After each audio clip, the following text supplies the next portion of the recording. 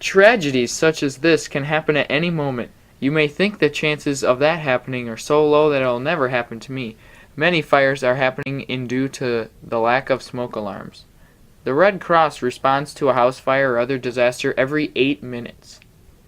The Wisconsin Home Fire Safety Campaign and the Red Cross are working to reduce death and injury from home fires by 25% by the year 2020. They are installing free smoke alarms in homes that don't have them.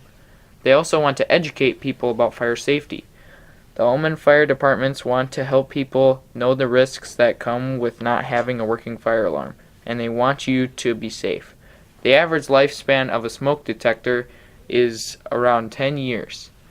You can get a free smoke alarm installed by a professional firefighter. Just call 715-366-7181. Again, that's 715-366-7181.